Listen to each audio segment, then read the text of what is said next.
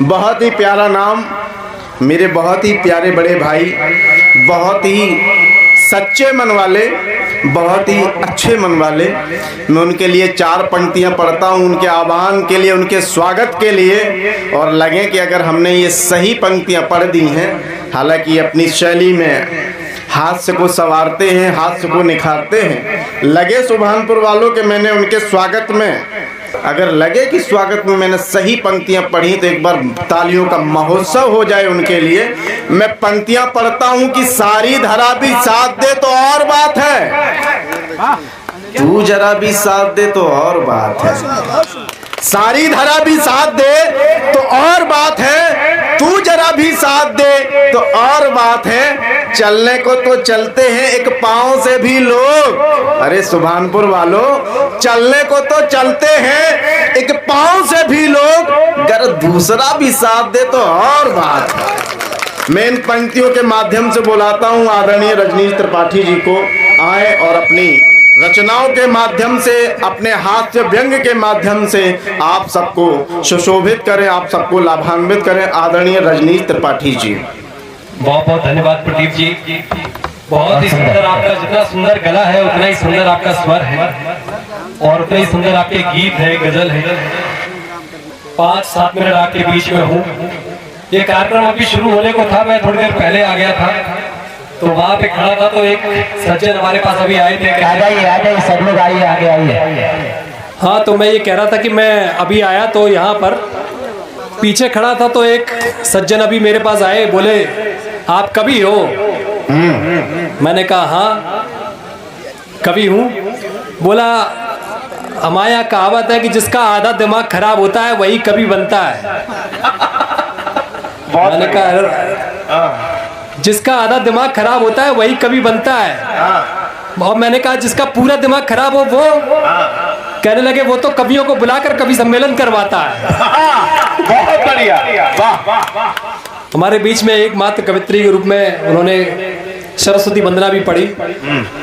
मैं तो माँ बागेश्वरी के चरणों में बस 2 लाइनें रखता हूँ कि हे प्रभु आनंद दाता आशीष हमको दीजिए, हे प्रभु आनंद दाता आशीष हमको दीजिए, और भाई रविंद्र जी जैसे आयोजक 10-20 हमको दीजिए। क्या बात है, वाह। आदरणीय सुनील अवस्थी जी बैठे हैं, ओज की बड़ी कविताएं सुनाई उन्होंने, आपके बीच में साहस भरने का काम किया।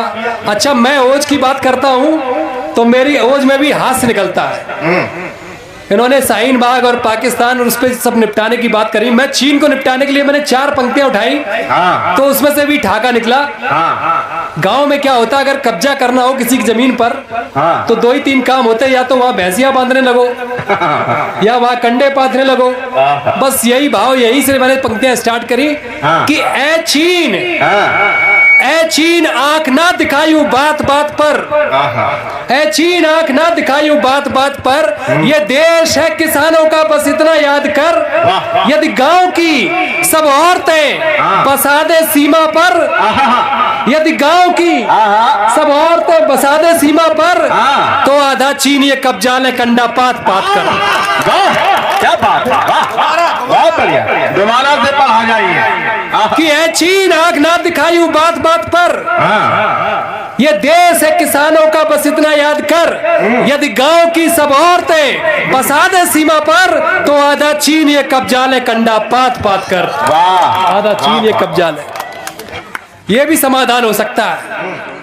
और मुझे लगता है कि जो भ्रष्टाचार की बातें होती हैं, आप देख रहे कुछ नेता इस समय जेल में है, मुझे लगता है भ्रष्टाचार का एक बड़ा कारण जो हो सकता है वो है अशिक्षा। मैं तो एक प्राइमरी स्कूल में पढ़ाता हूँ। किसी गांव से कंप्लेंट आती है कि जो मध्याह्न भोजन व्यवस्था चलती है या गांव के स्कूल के लिए जो पैसा आता है उसमें प्रधान अपना हिस्सा मांग रहा था।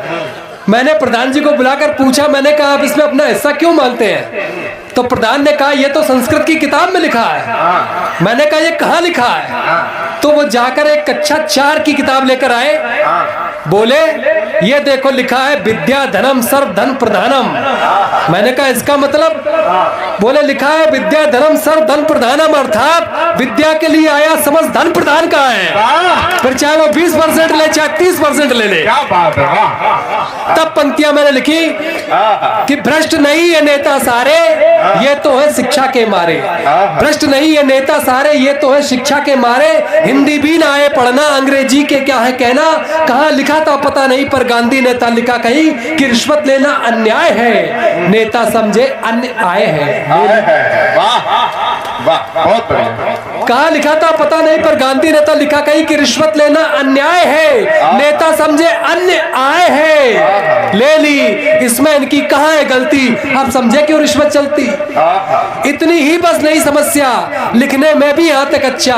नेता जब दो गले मिले, अर्थ नए कुछ और मिले, लिखना था दो गले मिल रहे हैं। नेता जब दो गले मिले, अर्थ नए कुछ और मिले, लिखना था दो गले मिल रहे हैं। इन्होंने लिखा दो गले मिल रहे हैं, दो गले मिल रहे हैं। इन्होंने लिखा, इन्होंने लिखा दो गले मिल रहे हैं। मातृशक्ति बैठी है। कैसे मातृशक्ति अपने पतियों से भले ही वो लड़ जाए, लेकिन अपने पति की जो व्यवसाय होता है, जो रोजगार होती है, उसकी तरक्की के लिए कैसे कामना करती है। चार पंक्तियां उठाता हूं। ये देश है जहां गाय गौरी और गंगा की पूजा होती है, लेकिन मैंने एक दिन एक महिला को एक सांड की पूजा करते हुए देखा। अच्छा, वाह, बहुत सुंदर। ये तो नहीं काहे दिखते हैं भाई। एक दिन मैंने एक महिला को एक सांड की पूजा करते हुए देखा, तब चार पंक्तियां निकाली। पंक्तियां आप तक पहुंचे तो आपकी हंसी मिले, ठाका मिले। कि एक महिला ने एक सांड को रोटी खिलाकर तिलक लगाया। अच्छा, एक महिला ने एक सांड को रोटी खिलाकर तिलक लगाया, सर पर पल्लू रखकर सादर भाव से शीश भी झुकाया। मैंने कहा मैडम, इस सांड ने कईयों के सर फोड़े हैं, कईयों की हड्डी टूटी है, कईयों के जबड़े तोड़े हैं। मैडम बोली इसमें सांड की कोई खता नहीं, ये तो उसके पास से गुजरने वालों की गलती है। अरे मेरे पति हड्डी के डॉक्टर हैं, हमारी रोजी रोटी तो इसी सांड से ही चलती है। बहुत बढ़िया, बहुत बढ़िया। कुछ इस तरह से भी बरकत की कामना करती है। अच्छा, जैसा मैंने बताया कि मैं पेशे से शिक्षक हूँ, तो जब मैं पहले दिन अपने विद्यालय पहुंचा तो देखा गांव के नुक्कड़ पर एक छोटी सी दुकान थी। वहां एक बच्चा बैठा बैठा बीड़ी पी रहा। अच्छा, हाँ प्रदीप भाई, हाँ, गांव के नुक्कड़ पर एक दुकान और एक छोटा बच्चा बीड़ी पी रहा। मैंने उसके पिताजी को बुलवाया। मैंने कहा अपने पिताजी को बुलाओ। पिताजी आए। मैंने उससे कहा देखो तुम्हारा बच्चा बीड़ी पी रहा है। पिताजी का जवाब सुनना, अगर आपके चेहरे पे मुस्कुराहट आए तो उसको तालियों में बदलना। मैंने कहा आपका बच्चा बीड़ी पी रहा है। पिताजी बोले गाँव बहुत छोटा है गुरुजी, यहाँ सिगरेट मिलती नहीं, बीड़ी से ही काम चलाना पड़ता है। बहुत बढ़िया। वो सुभानपुर को हुई है। बहुत बढ़िया, वाह। तुम प्रदीप लग रहा है पैसे ले जाने नहीं दोगे घर। बहुत बढ़िया। अच्छा, वही बच्चा मैंने देखा एक प्लास्टिक के पाइप में कुत्ते की पूंछ को डाल रहा। मैंने कहा तूने सुना नहीं, कुत्ते की पूंछ कभी सीधी नहीं होती, चाहे 6 महीने पाइप में डाले रहो तब भी। कह रहा गुरुजी, इतना होशियार बच्चा, कह रहा गुरुजी हमें ये अपनी कुत्ते की पूंछ सीधी नहीं करनी, हमें तो अपना ये प्लास्टिक का पाइप टेढ़ा करना। जबरदस्त बच्चा, बहुत बढ़िया, जिंदाबाद। जैसे ये बच्चे बैठा था हमारी क्लास में एक बच्चा। मैंने कक्षा 5 में पढ़ता था। मैंने कहा तुम इतने बड़े हो गए हो, कक्षा 5 में पढ़ रहे हो, तुम्हें हिंदी पढ़नी नहीं आती? हम जब तुम्हारे जितने थे तो अंग्रेजी पढ़ लेते थे। बच्चा बोला गुरुजी तुम्हें कोई ढंग का मास्टर पढ़ाता होगा।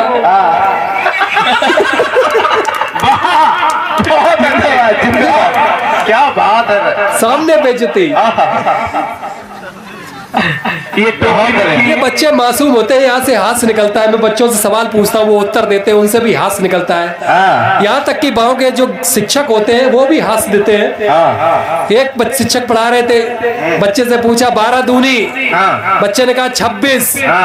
उन्होंने उसकी पीठ थपथपाई, बोला शाबाश बहुत अच्छे। मैंने कहा 12 दूनी सर 24 होते हैं, आप ये 26 बता रहा है, आप इसकी पीठ थपथपा रहे हैं। गुरुजी बोले कि अब धीरे धीरे इसमें सुधार हो रहा है। कल तो ये 12 दूनी 28 बता रहा था। तो बहुत धैर्यवान हमारे गुरुजी भी होते हैं कि वतन की जो हालत बताने लगेंगे तो पत्थर भी आंसू बहाने लगेंगे। कहीं भीड़ में खो गई आदमियत, उसे ढूंढने में जमाने लगेंगे। वो आदमियत कहीं शहरों में या शहरीपन में खो गई है, वो गांव में जिंदा है। गांव को मैं संस्कृति की राजधानी मानता हूँ। आज भी गांव में संस्कृति और वो भोलापन, वो मासूमियत जिंदा है। परसों में इटावा स्टेशन पर खड़ा था, एक बुजुर्ग महिला हमारे पास खड़ी थी। तो एक स्टेशन पे ट्रेन आई, वो इटावा रुकने वाली नहीं थी, तो एकदम सर से निकल गई। अब वो मासूम डुकरिया का स्टेटमेंट सुनो, वो हमसे क्या बोली, लला ड्राइवर कितना होशियार, कितनी लंबी गाड़ी, कितना लंबो चौतरा, घिट का निकाल दई और चौतरा नहीं फूटन दो। एक बार वाह, एक बार जोर से लिया पीछे तक, वाह। बिल्कुल बिल्कुल दूल्हा लग रहे, दूल्हा लग रहे हैं। बस निकरोसी की दे रहे हैं। बस अब जो है हमारी कोई 4 पाई की चीज आए जाए तो मात्र पावर दरवाए थे। हाँ, और साला बैठा ही है सारा जोरी वाले ले आते हुए। हंसी मजाक की बातें बहुत हुई। हमारे बीच में 2 और कवि हैं जो शेष हैं और वो विशेष भी है। मैं चाहता हूं कि